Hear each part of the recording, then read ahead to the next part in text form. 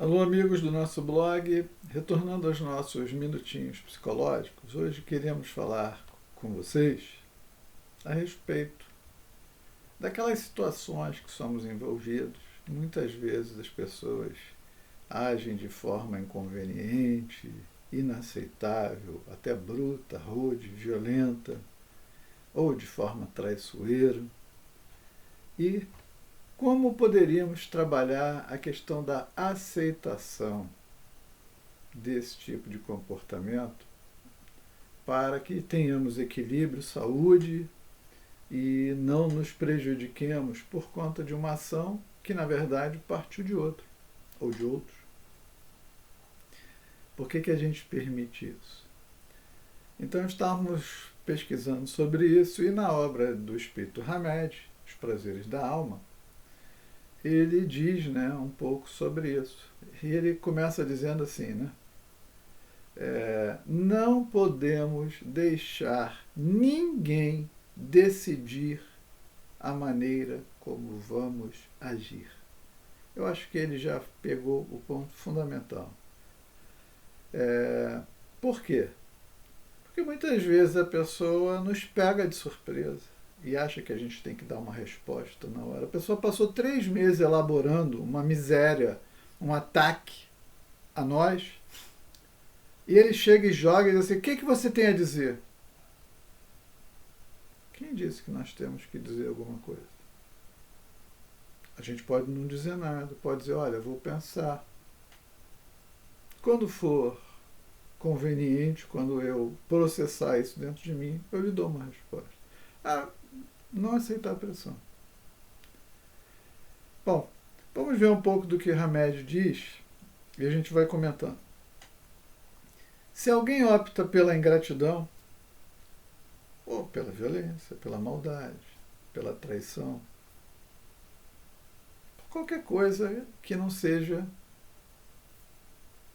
razoável, que não seja amorosa, que não seja digna, que não seja nobre.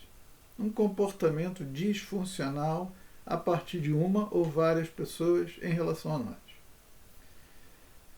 Então o Hamed diz: nós não devemos nos magoar, nem nos deixar arrastar por atitudes vingativas. Então ele aqui está recomendando o oferecer a outra face, que é muito diferente de tomar a bolacha 2 vezes. Bateu aqui, agora dá aqui para apanhar. Não é isso. A outra face é, diante do desequilíbrio, o equilíbrio. Diante da falta de educação, a educação. Diante da violência, a delicadeza, a gentileza. A outra face é fazer o contrário daquilo que a gente julga errado, equivocado, impróprio, inaceitável. Então ele diz que a gente não deve se aceitar o presente. E aceitar o presente fala um pouco da indulgência, porque o que é a indulgência? Quando Jesus propõe a indulgência é aquilo que a pessoa faz uma coisa errada, mas por sermos indulgentes, nós nem sentimos a agressão e nem nos magoamos. Por quê? Porque a gente entende que aquela pessoa, em função das suas experiências pessoais, familiares, sociais, educacionais, ela é exatamente daquela maneira e ela só consegue proceder daquela maneira. E às vezes a gente quer que ela proceda de forma educada quando ninguém lhe deu educação. Que ela haja de forma equilibrada quando ninguém lhe ensinou equilíbrio. Quando ela deve agir de forma honesta quando nunca alguém mostrou para ela o valor da honestidade. E assim por diante. Se o outro tem um comportamento medíocre, é preciso aceitar que cada um está num estágio evolutivo e, portanto, somente pode dar o que possui. Essa é a imagem de Jesus na cruz, olhando aquela cena final, olhando toda aquela barbárie, aquela estupidez, aquela agressão, aquela violência, aquela ignorância de todos aqueles que o cercavam ali. se comprazendo com aquela cena dele lá, todo machucado, pendurado na cruz. Ele olha para baixo. Ele tinha sido a vítima de toda aquela situação. Ele olha para baixo. Não se deixa levar pela ingratidão, pela mágoa e diz: Pai, perdoai-os, eles não sabem o que fazem. Ou seja, ele compreende a natureza e as possibilidades de cada um que ali está. E o que esperar se pode de uma pessoa violenta? Violência. Esperar delicadeza, gentileza, não vai acontecer. De uma pessoa bruta, você está esperando o quê? De uma pessoa ignorante, você está esperando que ela haja de que maneira? Então, Jesus, com a sua lucidez total, diz: Pai, perdoai, eles não sabem o que fazem. Quer dizer, são ignorantes, são violentos.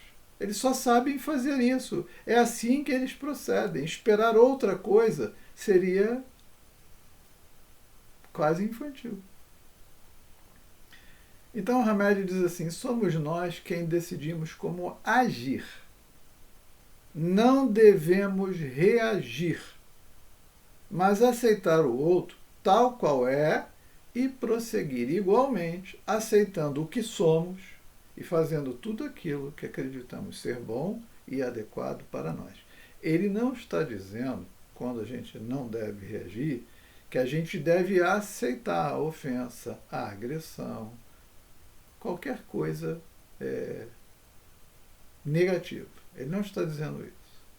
Ele está dizendo que a gente não deve reagir dentro daquela mesma perspectiva. E muitas vezes a solução que nós temos para certos tipos de comportamento, quando você já conversou com a pessoa várias vezes, dizendo: olha, não faça assim, eu lhe trato tão bem, por que você está me tratando desse modo? Eu não grito com você, por que você está gritando comigo? Eu não lhe ofendo, por que você está me ofendendo? Eu sou leal a você, por que você não é leal comigo? Então, diante dessas situações, às vezes a gente tem que chegar, se já conversamos de forma apropriada, já colocamos o nosso ponto de vista, e a pessoa não está disposta a mudar a sua atitude, o seu comportamento, a sua postura, talvez a gente tenha que tomar a decisão de mantê-la longe de nós, ou nós nos mantermos longe dela. Porque a gente sabe que a tendência dela, pela natureza que ela ainda apresenta, é repetir aquilo.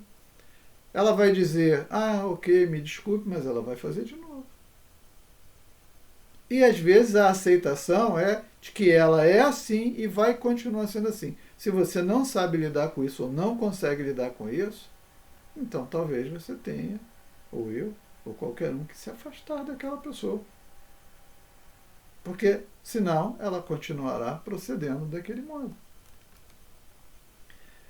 E Remédio diz que a aceitação é uma das características dos grandes homens da humanidade. E a gente vê esses comportamentos, bom, em Jesus, que é o modelo maior, mas a gente vê numa série de outras figuras excepcionais da história da humanidade, né, que eles aprenderam a respeitar as leis evolutivas em si mesmos e nos outros. Ou seja, a aceitação passa por uma compreensão, uma lucidez maior dos cenários, das pessoas. E Remédio, inclusive, traz para nós uma lembrança muito interessante, que é o seguinte: existia lá, na porta lá de Jerusalém, um poço, que era tido como um poço de milagres. E que de vez em quando a água se mexia, aquele que se atirasse primeiro lá dentro daquela água, recebia o benefício de uma cura. E Jesus chega lá e encontra um sujeito que era paralítico, paraplégico, de nascença, já com 30 e tantos, quase 40 anos de idade. E Jesus chega para ele e pergunta para ele o seguinte: se ele quer ser curado. O que o homem deveria dizer? Sim, mestre, eu quero ser curado. Não. Ao invés de dizer que ele queria ser curado, ele começou a contar uma história triste. Eu sou paraplégico, eu não consigo me mexer, eu fico aqui deitado. Quando a água lá se mexe, sempre alguém é mais rápido. Ou seja, o que ele fez? Ele reclamou. Ele contou aquela história triste de que a gente conhece um monte de gente que não é paraplégico de nascença, mas é paraplégico mental, é paraplégico emocional, né? A gente conhece. E que a gente já lida com a pessoa 5, 10, 15, 20, 30 anos, ela sempre é aquela pessoa que reclama, vitimiza-se, acusa a tudo, a todos. Então, Hamed diz assim, aquele indivíduo integra o grande contingente de indivíduos que na vida apenas acusam ou culpam as pessoas com quem convivem e incriminam a tudo e a todos, inclusive a Deus, pelas próprias desventuras, se esquecendo de que nós sempre somos responsáveis pelas alegrias ou pelas desventuras da nossa existência. E aí, né, é mais fácil culpar os outros. Por que o indivíduo nasceu paraplégico? Se ele talvez for numa religião tradicional, eles não vão explicar. Mas a doutrina vai dizer para nós, né, que provavelmente em uma ou várias existências ele promoveu algum tipo de situação ou situações que levaram outras pessoas a perder a capacidade de andar. E agora ele estava vivenciando a mesma situação para um aprendizado, um processo reeducativo. E aí, Jesus, mesmo diante daquele comportamento disfuncional dele, aquela reclamação, Jesus diz, levanta-te e anda. Jesus faz a cura. Né? Faz a cura. Mais tarde, Jesus encontra com ele no templo. E está ele lá andando normal. E aí Jesus chega para ele e diz assim, né? Muda a tua postura. Vá e não peques mais. Mas Jesus sabia quem ele era. Mesmo conhecendo a sua índole inferior, Jesus não deixou de ajudá-lo, mas fez isso num dia de sábado, que era algo completamente inaceitável e proibido pelo judaísmo, pelas práticas e preceitos religiosos. Ninguém tinha que fazer ou podia fazer nada no sábado. O que o nosso amigo, que tinha acabado de ser beneficiado, fez? Já curado? Ele vai lá ao sacerdote e denuncia Jesus, que estava exatamente esperando um pretexto para prendê-lo e executá-lo, né? Mostrando às autoridades, dando a eles a evidência, os elementos de que ele havia atuado em benefício dele, feito uma cura, num dia de sábado. Então, a aceitação, nosso tema, Jesus aceitou a atitude de ingratidão do ex-paralítico, por saber que tudo obedece ao ritmo natural da natureza dele fazer isso, ele ia fazer. E que a transformação espiritual de cada um não acontece de forma abrupta. O fato dele receber a bênção lá, da cura, não ia fazer dele de imediato alguém melhor. Ele precisava se esforçar para se tornar alguém melhor. Então, ninguém pode dar o que não possui.